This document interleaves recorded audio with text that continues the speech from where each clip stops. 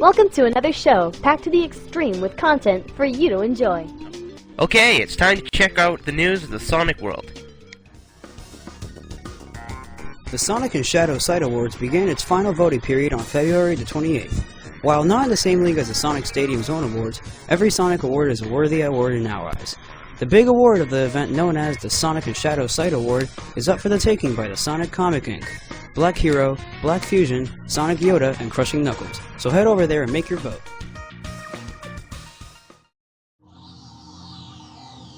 Speaking of Sonic award ceremonies, Sonic Cult have also begun its own awards. Of course, this is Sonic Cult, who are well known for doing things differently, and this award event is no different to that rule. People at Sonic Cult have been actually voting for what they think is the worst in the Sonic community. These awards include Shadow Fanboy of the Month and the Sonic Cult Dick Trash Award.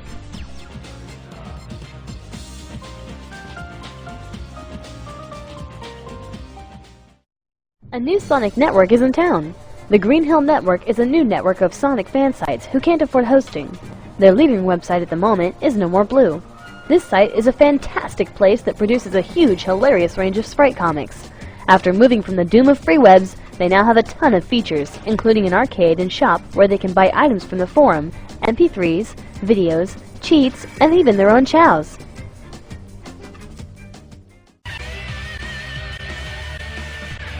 After having been delayed from its February 14th release to the 19th, Sega Sonic TV released its series finale, pleasing viewers who had been waiting over a year since the previous episode. The show covers Dreadnox's review found on the Sonic Stadium and 2 AMVs, plus other content in its 20-minute run. Sonic Rex must be in Sega's good books after their recent skin change. This isn't some simple recolor, but a complete overhaul of the Sonic Rex skin to look like something straight out of an official Sonic and the Secret Rings website.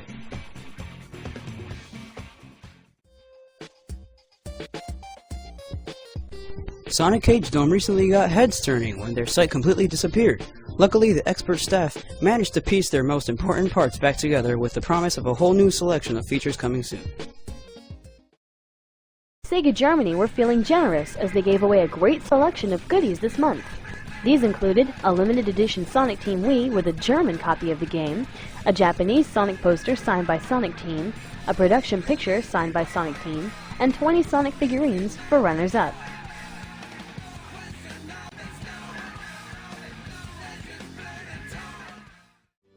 Last month we told you about an exciting new comic called Tales of a Hedgehog. Well, the Sonic Show is proud to show you this exclusive video adaptation of issue 1 of this new comic.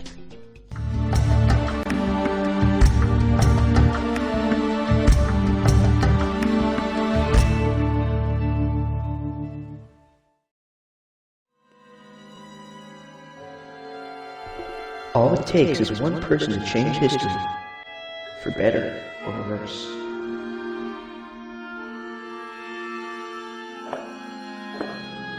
There used to be a great scientist, one of the greatest in his field.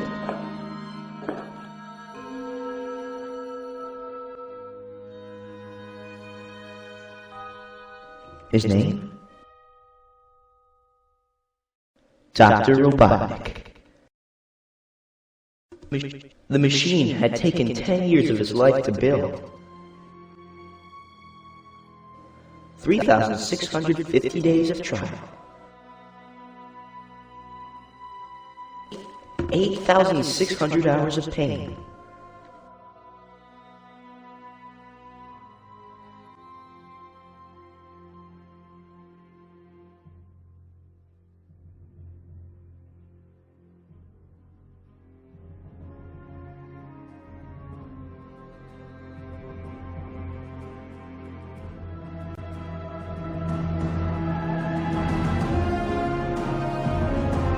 But one mistake can destroy your dreams.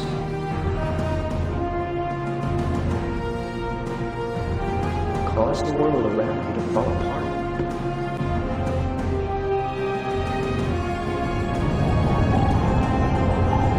He knew he had to save the world, and was willing to sacrifice himself.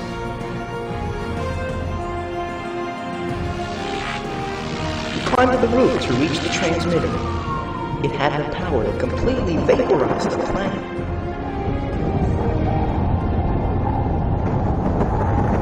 Doctor decided to absorb the energy himself in a bid to save all life on Earth. He accidentally put another one in danger, for he had a pet hedgehog called Sonic, and Sonic was in his pocket just as suspected. And when the Doctor put his plan into action, the chaos energy flowed into Sonic, causing him to mutate.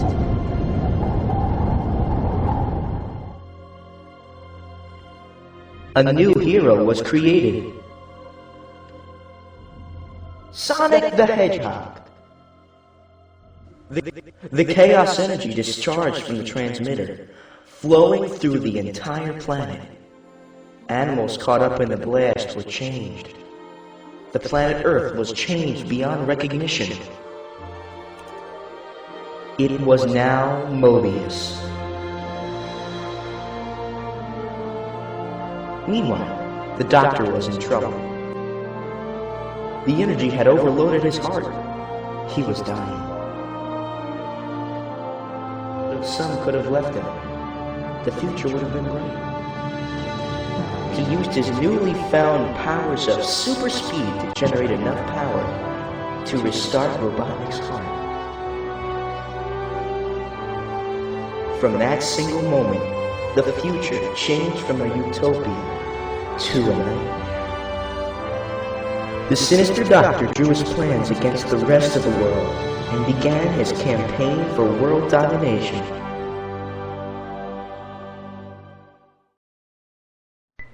As we reported in the last episode, Sonic and the Secret Rings came out to the world and was received by very mixed reviews. IGN gave it a 6.9, saying, "Sometimes it's really intense and enjoyable, other times it's broken and frustrating."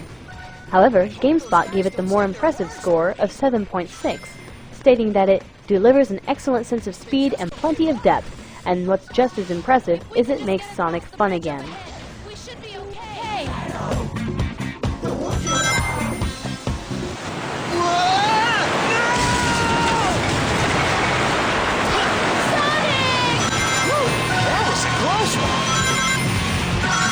Sonic, can you swim? Sonic is visited by a genie that is from the book Arabian Nights, which is being destroyed by an evil genie known as Eraser.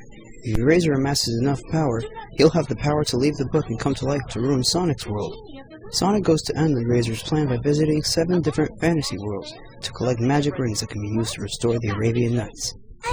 My name is Alibaba. Come on, Tails. I know it's you. I'm very sorry. Essentially, every level is on rails, constantly moving forward. You hold the Wii Remote horizontally like a normal controller. By tilting the Wii Remote, you can shift Sonic from side to side, collecting rings and avoiding obstacles. You can also jump, and once in the air, thrust the remote forward to smash enemies. This leads to a fun gameplay experience that Sonic hasn't offered us in a long time. However, it isn't flawless, and some issues do arise. For instance, in order to move backwards, you're supposed to flip the Wii Remote so that the buttons face the floor. Not only is this awkward, unintuitive, and oftentimes doesn't even work, but the game camera never adjusts to help you see what's actually behind you. That means that if there's still an enemy behind you, you must blindly walk backwards, completely defenseless, and hope that he hasn't moved from the last spot you saw him. You then have to flip the controller right side up again, jump before you move too far ahead of the enemy, because remember, you're constantly moving forward. Pray to the gaming gods that the game actually locked onto the enemy this time, and perform the homing attack. This may be annoying, but doesn't come close to the amount of flaw in previous games. We're also very keen on the multiplayer mode, though, admittedly, unless you're willing to splash out on more Wiimotes, you're very lucky to find someone else who owns one with the current console shortages. Sonic and the Secret Rings is available in all good retailers.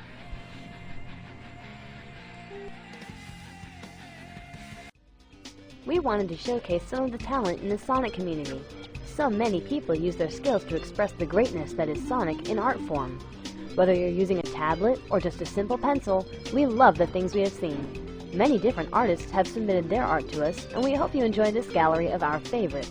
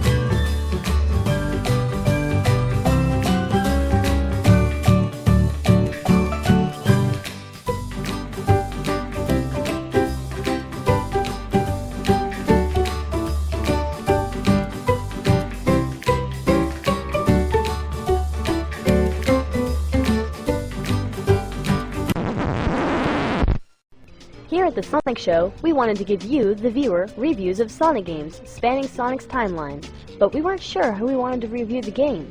It quickly became obvious that there was only one person up to the job. You! That's right, we asked you to send in your fan reviews of your games to put in the show, and every episode we would pick our favorite. So thank you to everyone who sent one in, but now it's time to show you the winner for episode 6.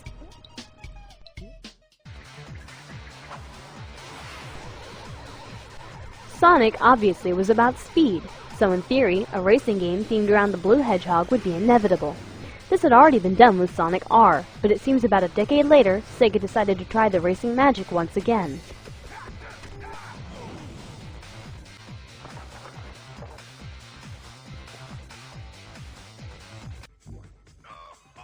Dr. Eggman has hosted a race competition, strangely enough, whereas entry requires a Chaos Emerald. Sonic and company are particularly enthusiastic about entering when they find that they're up against a guild of avian thieves known as the Babylon Rogues. The story follows the rivalry between them, and the player will later find what Eggman is really up to. This way, I'll be able to keep my eyes on you. Ugh. This game is certainly very different from most other Sonic games. It's not enough just making it to the end of the level this time. Now, you have to beat everybody else to it. And you'll find yourself doing this on Extreme Gear's futuristic boards, skates, and bikes of the future. You'll only end up on foot if you run out of fuel or air, which is normally very costly in the gameplay. So this can be replenished by doing tricks, taking shortcuts, or going to small pit stops dotted around the level. New boards can be purchased with rings you collect on the tracks at the shop, and come with usually beneficial statistic changes or abilities. Different characters have different stats and can take certain shortcuts. For example, Knuckles is a power character who can smash through most small obstacles. There are also speed and fly type characters who can use rails and dash rings respectively. As well as dashing, attacking, and other such things as the timing you jump off a ramp, you'll soon realize there is a lot to learn. This would be one of the main reasons this game is merciless for beginners. You'll frequently find, when you first start, that while you're busy trying to figure out the controls, the AI opponents are miles ahead of you.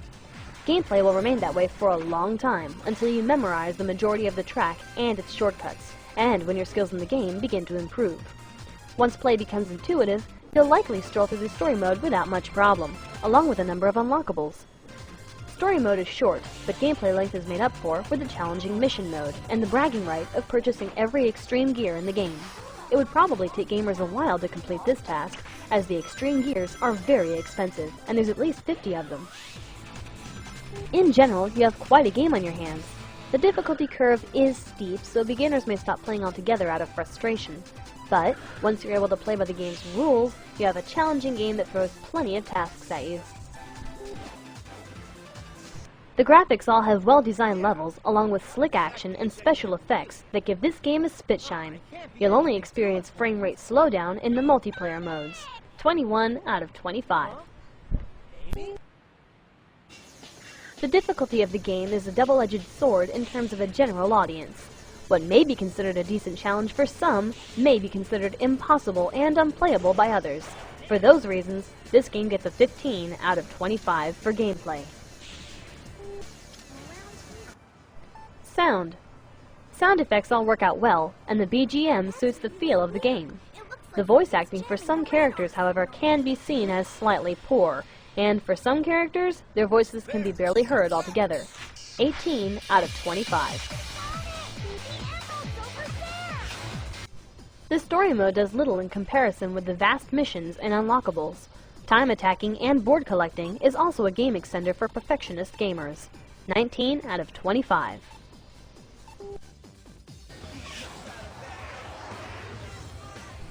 Overall, this is a competent and unique racing game, though starting off may be discouraging for players. So, this game gets an overall score of 73 out of 100.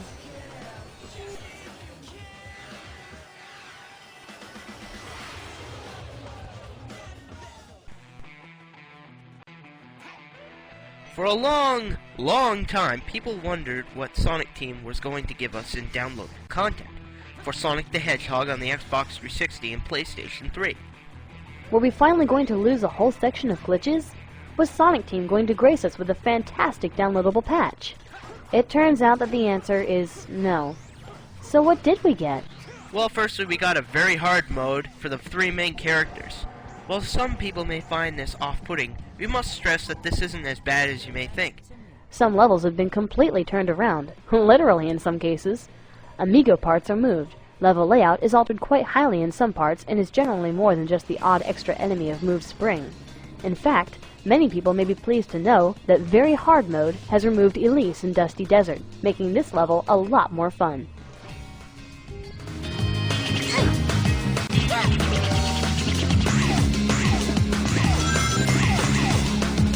Leave it to me.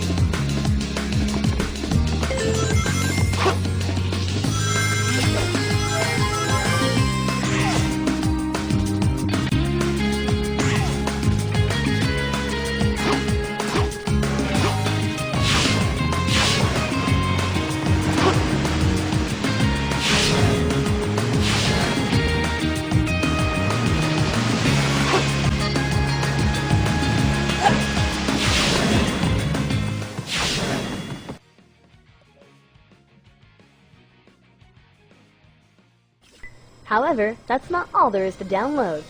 Sonic Team has also released an Amigo Time Attack mode.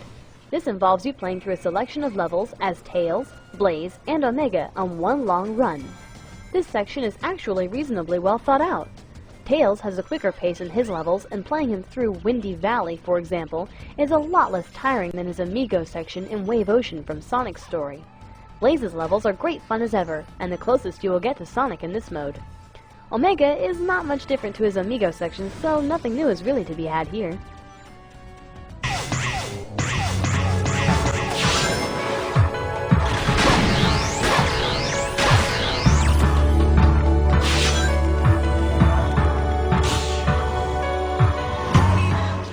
While the first 2 downloads were quite fun, the 3rd download from Sonic Team is a bit of a disappointment.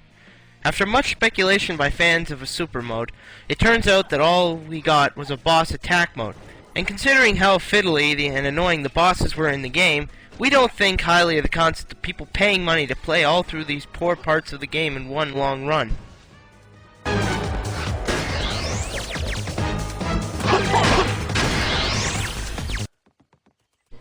Overall, the Sonic Show actually found the downloadable content a nice addition to the game. They've added something new and challenging to the game. However, if you found the game very lacking before, this is not going to do anything at all to change that opinion.